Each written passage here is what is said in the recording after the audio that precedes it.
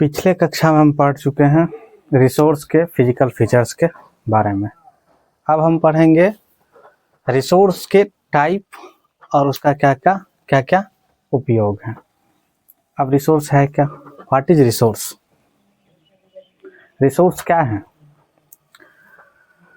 Those substance which can be used by human is called resource। वैसा substance जिसका उपयोग किसके द्वारा किया जाता है? ह्यूमन बॉडी के द्वारा किया जाता है अपने नीड को पूरा करने के लिए, वही क्या कहलाएगा? रिसोर्स कहलाएगा। दूसरे शब्दों में हम कह सकते हैं यूजेबिलिटी या utility. On the basis of usability या यूटिलिटी के आधार पर हम किसी भी सब्सटेंस को, any substance which is usable is called resource. अब रिसोर्स को हम जो है टाइम और टेक्नोलॉजी के थ्रू क्या कर सकते हैं? टाइम और टेक्नोलॉजी का प्रयोग करके हम रिसोर्स को सुविधाजनक बना सकते हैं, यानी कि उसके थ्रू अपने दैनिक जीवन के कार्यों को आसान बना सकते हैं। कहा जा सकता है रिसोर्स जो है, यानी कि इन्वेंशन जो उसके थ्रू हो रहा है, तो इन्वेंशन क्या है? नीड का एक तरह का क्या हुआ? मदर हुआ। Need is mother of invention. तो किसी भी चीज का इन्वेंशन होता है तो किसके द्वारा किया जाता है? मानव के द्वारा किया जाएगा। मानव क्या करेगा? अपने स्किल या नॉलेज का प्रयोग करके किसी भी सब्सटेंस को क्या रिसोर्स के रूप में प्रयोग करता है। तो ओरिजिन के आधार पे यदि कहें तो रिसोर्स कितने टाइप का हो जाएगा? तो ओरिजिन के आधार पर रिसोर्स दो टाइप का होगा, बायोटिक और एबायोटिक। अब बायोटिक रिसोर्स क्या है और एबायोटिक रिसोर्स क्या है? मैन रूप से अगर कहें तो रिसोर्स कितने टाइप का होगा? दो टाइप का, नेचुरल और मैन मेड रिसोर्स। इसी नेचुरल रिसोर्स में बायोटिक आएगा और एबायोटिक आएगा। बायोटिक में कौन सा आएगा? तो लिविंग थिंग्स आएंगे। वैसे बायोटिक रिसोर्स में क्या आएगा? बायोटिक रिसोर्स, बायोटिक रिसोर्स इसके अंतर्गत क्या आएंगे? लिविंग थिंग्स आएंगे। क्या आएंगे? Living things. Living things. अब लिविंग थिंग्स क्या है? तो वैसा थिंग्स जिसमें क्या जीव हो, क्या कहलाएंगे? वो लिविंग थिंग्स कहलाएंगे। तो ओरिजिन के आधार पे बायोटिक और क्या हो गया? एबायोटिक।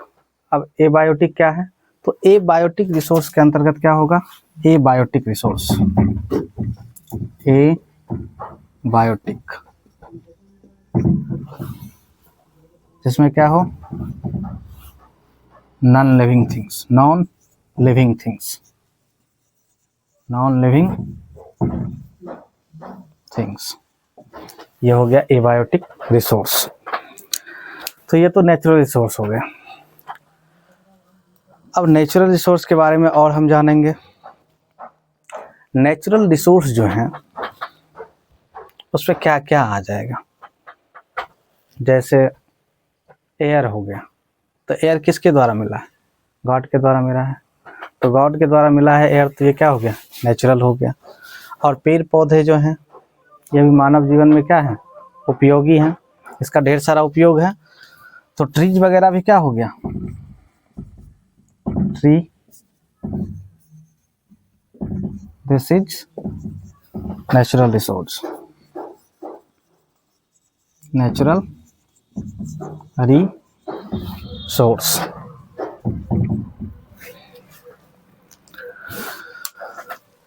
अब मैनमेड रिसोर्स के बारे में देखेंगे। अब मैनमेड रिसोर्स क्या है? नेचुरल रिसोर्स तो समझ लीजिए, वैसे लिविंग थिंग्स क्या होंगे जो कि मानव मतलब गॉड के द्वारा हमें मिले हैं, तो नेचुरल रिसोर्स हो गए।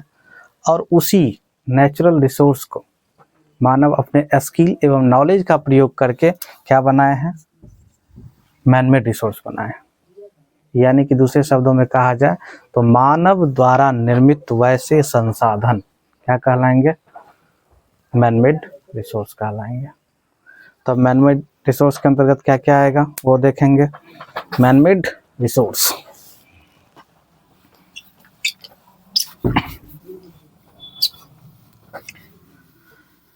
तो मैन मेड रिसोर्स बनेगा कैसे, उनमें किन किन चीज़ों का उपयोग किया जाएगा उसके बारे में जानेंगे हम लोग। मैन मेड रिसोर्स, मैन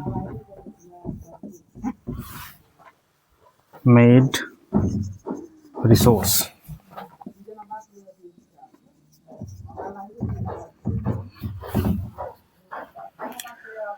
अब मैन मेड रिसोर्स में क्या क्या आएगा? जैसे रोड हो गया, रोड क्या है? मैन मेड रिसोर्स है। रोड को किसने बनाया? मानवों ने बनाया। मानव अपने सुविधा के लिए रोड का निर्माण किया ताकि हम एक जगह से दूसरे जगह क्या आसानी से आ जा सकते हैं। तो रोड क्या हो गया? Man made resource. उसके बाद स्कूल किसने बनाया? मानवों ने बनाया स्कूल, तो ये क्या हो गया? Man made resource. Buildings, buildings ये भी क्या है? मैन मेड रिसोर्स है। इसमें हम ये भी देखेंगे, रिसोर्स तो है मैन मेड रिसोर्स, अब कुछ ऐसे भी रिसोर्स होंगे जिसका कि वैल्यू होगा और जिसका वैल्यू नहीं होगा वो तो रिसोर्स होंगे ही नहीं। जैसे कह सकते हैं कि रिसोर्स एक टाइप से वैल्यू के आधार पर भी हम कह सकते हैं कि ये रिसोर्स है। कोई भी सब्सटेंस रिसोर्स कब होगा? जब उसका कुछ ना कुछ क्या होगा? वैल्यू। वैल्यू मीन्स वर्थ, यानी कि उसका कुछ ना कुछ क्या हो? मूल्य हो, कीमत हो। जैसे रोड है तो उसको बनाने में क्या पूंजी लगा है, पैसा खर्च हुआ है, तब मानव उनका क्या कर रहा है? उपयोग कर रहा है। तो वो क्या हो गया? उसका कुछ वैल्यू हुआ, वर्थ हुआ, तो इसका मतलब वो क्या है? रिसोर्स है। तो कुछ ऐसे रिसोर्स हैं जो गॉड के द्वारा दिया गया और उसका सीधा हम लोग क्या किए? प्रयोग कर लिए। लेकिन कुछ ऐसे भी रिसोर्स हैं जो प्रकृति के द्वारा मिला है, लेकिन उनका प्रयोग करने के लिए हमको क्या करना पड़ा है? टाइम और टेक्नोलॉजी का प्रयोग करना पड़ा है। तो अब टाइम और टेक्नोलॉजी का प्रयोग करके हम क्या करेंगे? रिसोर्स को यूज करेंगे और उसको आसानी से यूज करने के लिए क्या करेंगे?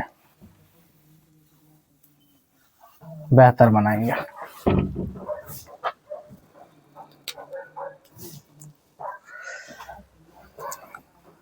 तो कह सकते हैं कि रिसोर्स का दो मेन फैक्टर क्या है? Time and technology. तो there are two main factors. There are two main factors of resource.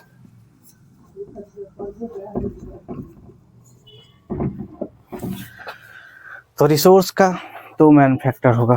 क्या क्या होगा? फर्स्ट होगा टाइम। किसी भी रिसोर्स के लिए क्या चाहिए? टाइम चाहिए। और दूसरा क्या चाहिए? Technology, TE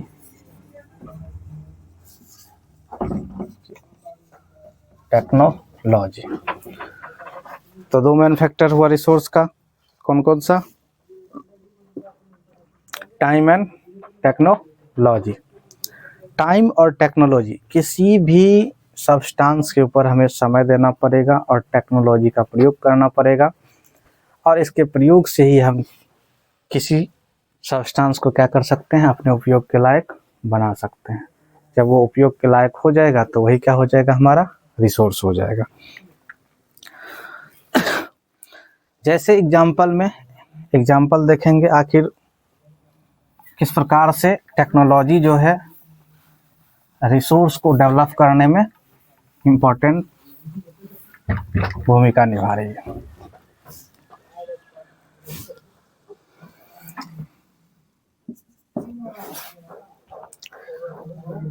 example, underground water, underground water, underground water, underground water ये क्या है?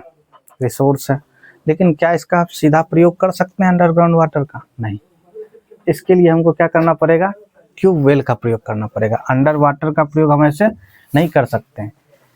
इस अंडर वाटर को यूज करने के लिए हमें क्या क्या करना पड़ेगा?